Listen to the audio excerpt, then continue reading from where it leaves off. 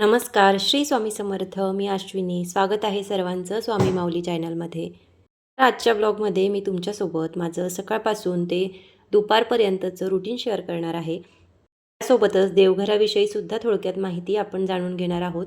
तर video skip न करता शेवटपर्यंत नक्की बघा.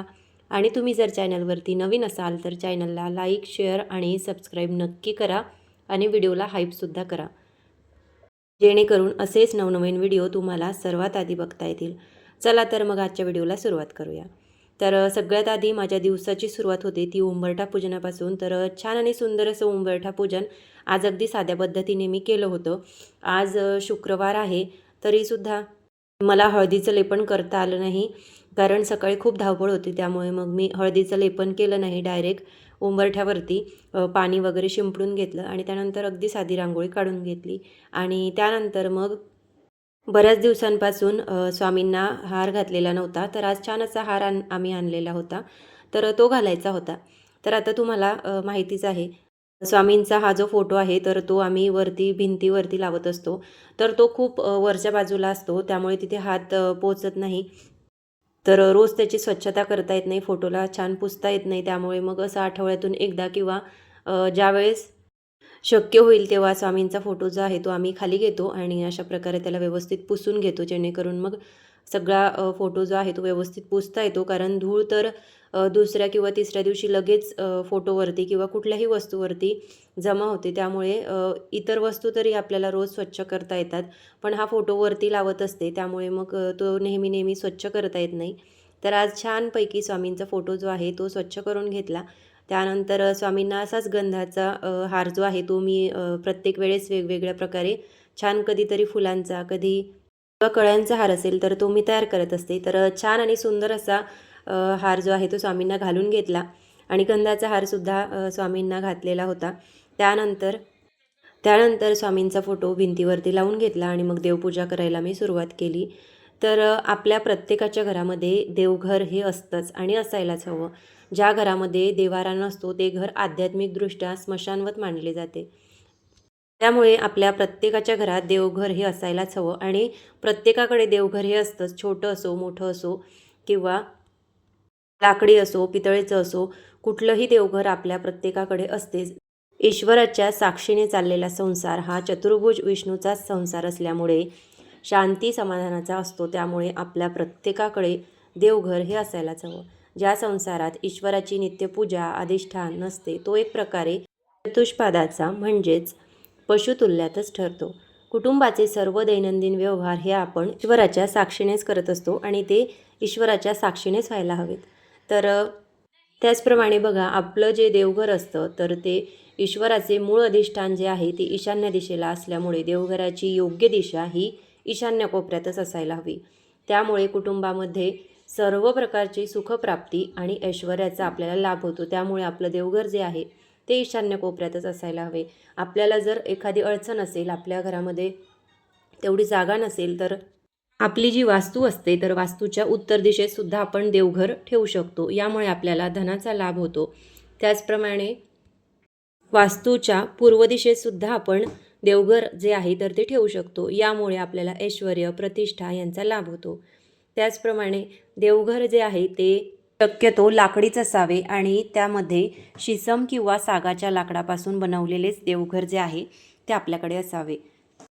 त्याचप्रमाणे आपल्या देवघरासमोर जर तुम्ही तिजोरी ठेवत असाल किंवा तिजोरी जर डायरेक्ट देवघराच्या समोर येत असेल, कपाट असो किंवा एखादी छोटी जरी तिजोरी असेल, तर ती जर आपल्या देवघराच्या समोर येत असेल तर तिजोरी देवघराच्या समोर न ठेवता आपण दुसरीकडे ठेवावी. त्याचप्रमाणे पूजाघराच्या प्रवेशद्वारासमोर देवाचे फोटो जे आहे ते आपण लावायला नको. देवघरात आपण देवांचे फोटो तर ठेवतच असतो.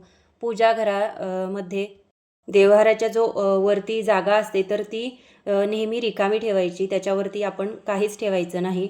त्याला वरती माळा, ज्याला आपण लाप्ट असं म्हणतो, तर तो असू नये.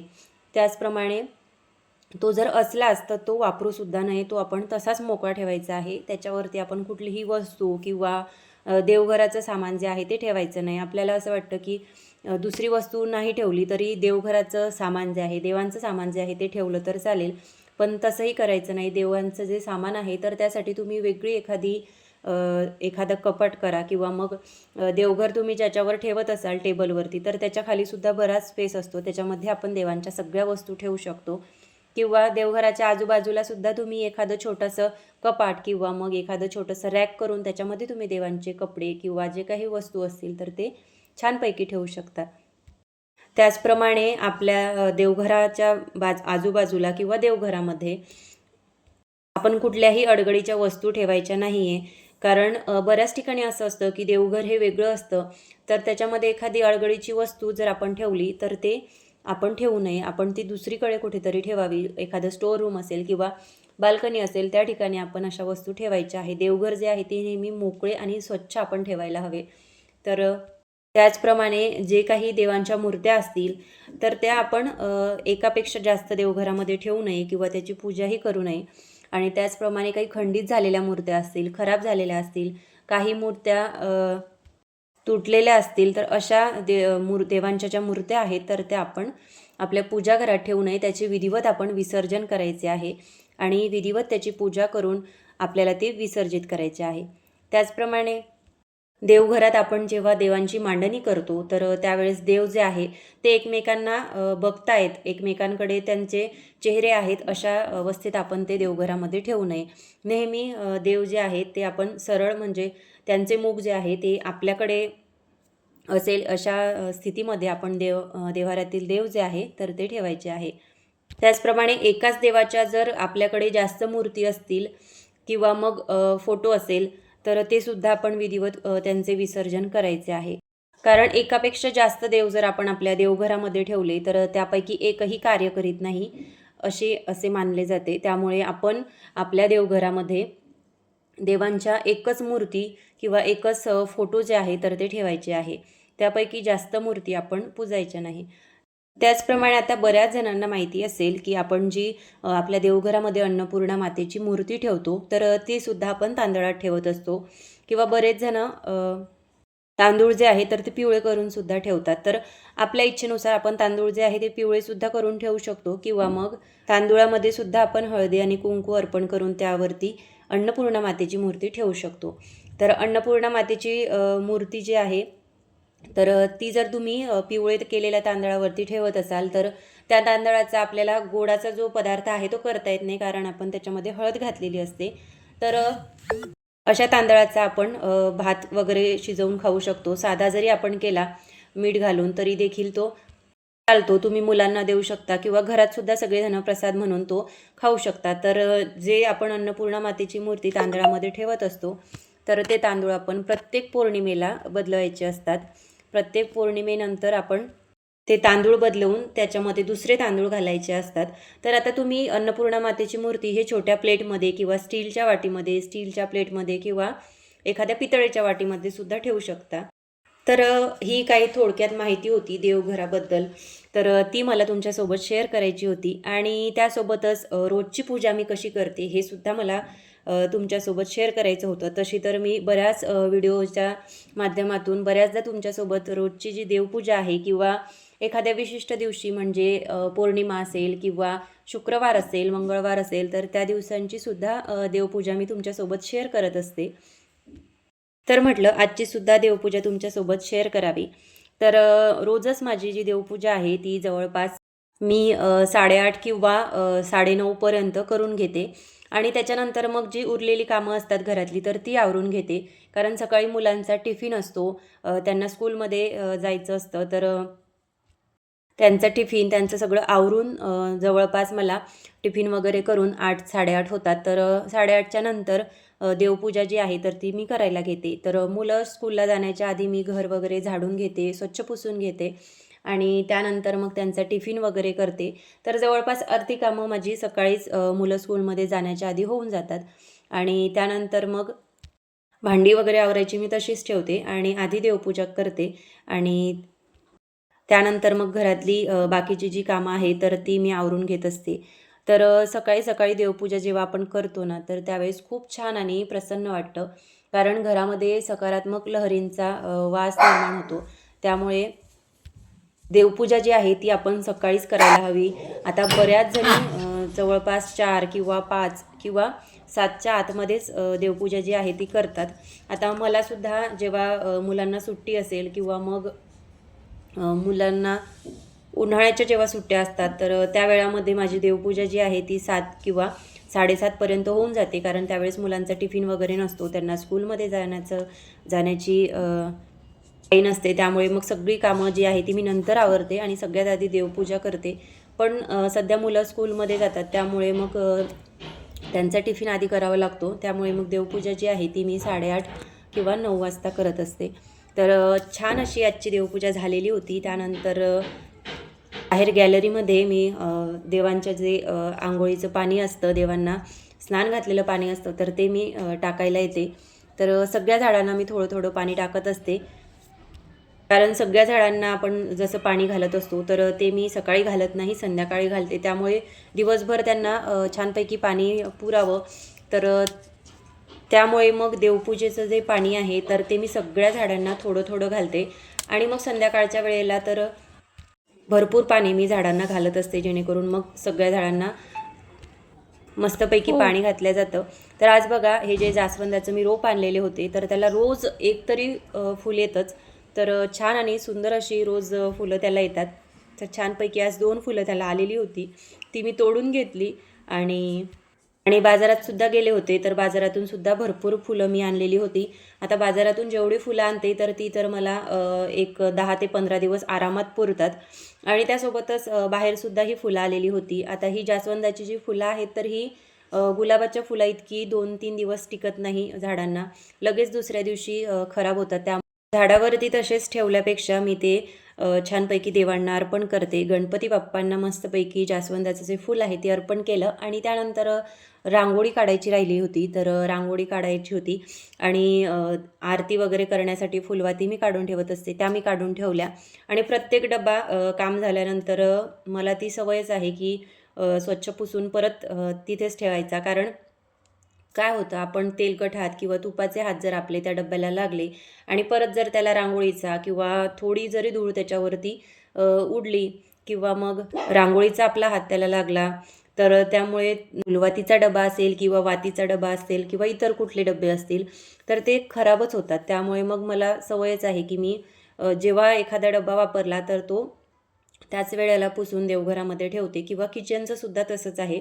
त्यामुळे काय होतं, सगळ्या वस्तू जास्त खराब होत नाही आणि आपल्याला डीप क्लिनिंग करायची सुद्धा गरज पडत नाही. ज्यावेळेस आपण घर आवरायला काढतो किंवा पौर्णिमेला देवघर स्वच्छ करतो तर त्यावेळेस सगळ्या वस्तू ज्या आहेत त्या छानपैकी पटापट व्यवस्थित पुसून होतात आणि स्वच्छसुद्धा होतात. त्यामुळे मग असं वेळ मिळाला की मी एक डबे जे आहे तर ते स्वच्छ पुसून घेत असते किंवा ओल्या कपड्याला सुद्धा पुसते कधीतरी किंवा जास्त खराब झालेले नसतील तर कोरड्या कपड्याला पुसून घेते आणि अगदीच त्याला तेलाचे हात वगैरे लागलेले असतील तर ते डायरेक्ट घासून घेते, म्हणजे मग जास्त खराब होत नाही.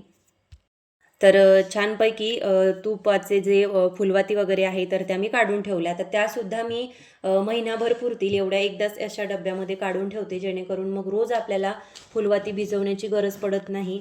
आता फुलवाती ज्या आहेत तर त्या मी घरी करत नाही, मला माझ्या आईकडून येतात. त्यामुळे मग मी त्या एकदाच छानपैकी भिजवून ठेवते, प्रत्येक महिनाभर पुरेल इतक्या आणि मग महिना संपला की मग मी परत दुसऱ्या भिजवते, जेणेकरून मग त्याचा जास्त डार्क स्मेलसुद्धा येत नाही. कारण काय होतं, आपण बऱ्याच वेळा खूप साऱ्या फुलवाती भिजू घालून ठेवतो आणि जास्त दिवस झाले की त्या थोड्याफार खराबसुद्धा होतात. त्यामुळे मग जास्त फुलवाती भिजू न घालता मी अगदी थोड्याच घालते आणि बऱ्याच वेळा काय होतं, आपण देवीच्या आरत्या वगैरे लावतो किंवा पौर्णिमा असेल त्यावेळेस आपण पंचारती ओवाळतो तर भरपूर फुलवाती लागतात. त्यामुळे मग मी महिनाभर पुरेल इतक्या किंवा त्यापेक्षा थोड्या जास्त फुलवाती भिजू घालून ठेवते, जेणेकरून त्या मस्तपैकी महिनाभर आरामात पुरतात आणि रोज रोज आपल्याला भिजू घालण्याची किंवा फुलवाती तुपामध्ये बुडवण्याची सुद्धा आवश्यकता पडत नाही. कारण रोजच्या गडबडीमध्ये अशा छोट्या छोट्या वस्तू जर आपण आधीच लक्ष देऊन केल्या की मग आपल्याला वेळेवरती धावपळ होत नाही. त्यामुळे मग अशा काही गोष्टी आहे की त्या मी आधीच करून ठेवते आणि त्यासोबतच रांगोळी झाली. रांगोळीसुद्धा मी प्रत्येक महिन्याला भरून ठेवत असते, जेणेकरून मग महिनाभर ती पुरते आणि एखाद्या वेळेस पौर्णिमेला किंवा शुक्रवारी किंवा काहीतरी सणानिमित्त जर जास्त रांगोळी काढल्या गेली तर रांगोळी थोडी लवकर संपते. असं नाही की आता महिनाभर काढली तर ती महिनाभरच जाणार आहे. बऱ्याच वेळा महिन्याच्या आधीसुद्धा संपते. तर मग तीसुद्धा मी डब्बा वगैरे स्वच्छ धुवून घेते आणि डब्बा धुवून घेतल्यानंतर त्याच्यानंतर त्याच्यामध्ये रांगोळी काढते.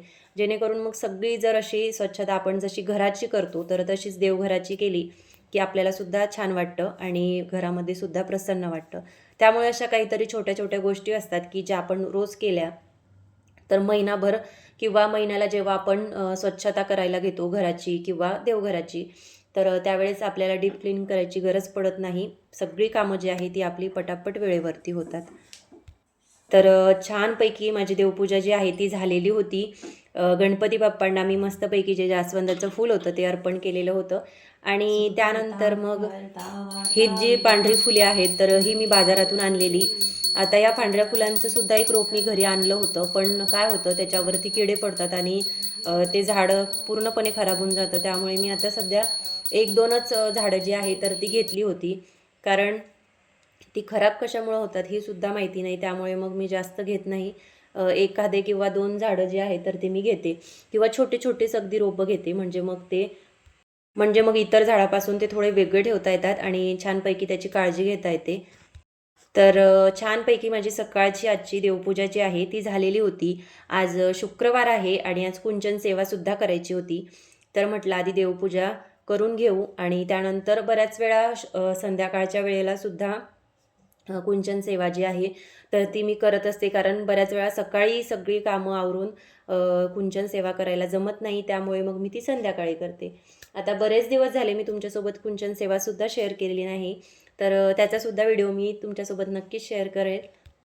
तर कुंचन सेवा जी आहे ती मी प्रत्येक शुक्रवारी करत असते आणि प्रत्येक मंगळवारीसुद्धा आपण केली तरी चालते. त्यासोबत पौर्णिमा असेल किंवा एखादा काही सण असेल त्या दिवशीसुद्धा आपण कुंचन सेवा जी आहे तर ती करू शकतो.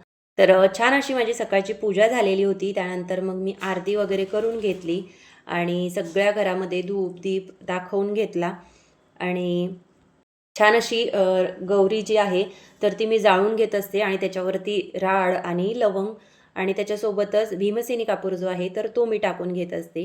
जेणेकरून मग सगळ्या घरात एवढा छान सुवास त्याचा दरवळतो आणि सगळ्या घरभर खूप मस्त वाटतं. तर ही जी गौरी आहे तर ती मी सकाळीसुद्धा पेटवते आणि संध्याकाळीसुद्धा पेटवते. तर माझ्याकडे एक छोटीशी धूपदाणी आहे. जेव्हा मी कुंड्या वगैरे घेत असते किंवा झाडं वगैरे नर्सरीतून घेते तर तिथे आपल्याला आरामात मिळून जाते. तर छोटीशी धूपदाणी घेतलेली आहे. त्याच्यामध्ये एक छोटाच गौरीचा तुकडा मी जाळून टाकत असते आणि त्याच्यावरती कापराची एखादी वळी जरी आपण ठेवली तर ती अर्धा-पाऊण तास आरामात चालते आणि खूप वेळापर्यंत आपल्याला घरामध्ये खूप छान सुवास येतो. तर देवपूजा वगैरे झाली आणि धूप-दीप दाखवून घेतला आणि त्यानंतर मग मला नित्यसेवा करायची होती. तर नित्यसेवेमध्ये आता तुम्हाला माहितीच आहे मी बऱ्याच व्हिडिओमधून तुम्हाला सांगितलेलं आहे की नित्यसेवेमध्ये मी स्वामी चरित्र सारामृतातील 3 अध्याय पठण करत असते. अध्याय 5वा सुधर्माला ऋषिकुमार भेटतो. सुत सोमाकांताची कथा सांगू लागले. नगरीत जाण्याच्या प्रसंगी हेमकंठाने आपल्या आईचे दर्शन घेतले. तिला साष्टांग नमस्कार घालून हेमकंठ म्हणाला, आई, या निरपराधी बालकाचा त्याग करून आपण का जाता? मार्थका, मोक्ष या चारही पुरुषार्थाचे साध्य दृष्टी समोरून ठेवून हे हेमकंठाने स्वतःच्या मुलाप्रमाणे प्रजेचे पालन केले. वरीलप्रमाणे ही कथा ऐकून ऋषींनी सुतांना विचारले, महाराज, सोमाकांत वनात निघून गेल्यावर पुढे काय झाले? श्री गणेशाय नमः. अध्याय 16वा. श्री गणेशाय नमः. भक्त अनंतानाथ यतिरूपे श्रीदत्त भूवरी प्रगट होत अक्कलकोटी वास केला. जे जे ते झाले त्यांचे भक्त त्यातच श्रेष्ठ स्वामी सुत. एकदा त्यांचे चरित्र महादोष जातील महासी प्रसिद्ध मुंबई शहरात हरिभाऊ नामे विख्यात. आनंदे होते नांदत निर्वाह करीती नोकरीने. कोकणाप्रती राजापूर तालुक्यात इथे या गाव सुंदर. हरिभाऊ तेथे राहणार जात मराठी तयांचे. ते होत त्या गावाचे होते संपन्न पूर्वीचे. त्याच गावी तया ते माता बंधू राहते. मुंबईत त्यांचे मित्र ब्राह्मण उपनाव पंडित. ते करता व्यापार त्यात तोटा आला तयासे. एके समयी पंडितांनी स्वामी कीर्ती एकलिकाने. तेव्हा भाव धरुणी मनी नवच गेला. काही दिवस झाल्यावरी मग आले मुंबपुरी. स्वामी सुतांच्या गादीवरी बसून या संस्था चालविली. इथे श्री स्वामी चरित्र सारामृत नाना प्रबोधता संबंध सदा प्रेमळ बरेच होत अष्टोत्तरशाय गोडहा. श्रीरस्तु शुभम भवतु. श्री गणेशाय नमः.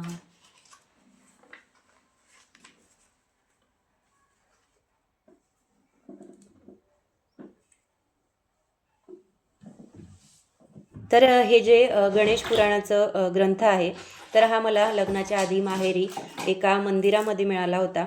तर तो मी तेव्हापासून रोज एक अध्याय त्याच्यामधला पठण करत असते. आता याचे 5 अध्यायसुद्धा आपण पठण करू शकतो किंवा रोज 7 किंवा 1 अध्याय जरी पठण केला तरीसुद्धा चालतो. तर ती तेव्हापासून मला सवय आहे, त्यामुळे मग मी रोज 1 अध्याय त्यातला पठण करते. बऱ्याच वेळेस अडी-अडचणी असेल किंवा मग बाहेरगावी गेलो तर तेव्हा राहून जातं. पण जेव्हा घरी असते तेव्हा देवपूजा झाल्यानंतर ग्रंथामधील 1 अध्याय जो आहे तर तो मी रोज पठण करते. तर अशी असते आणि त्यानंतर मग देवांना नैवेद्य दाखवते आणि जेवण वगैरे करून घेते. कारण सगळी कामं आवरायला जवळपास 12-12:30 होतात. त्यामुळे मग सगळी कामं मी आवरून घेते आणि त्यानंतरच मग जेवण करते.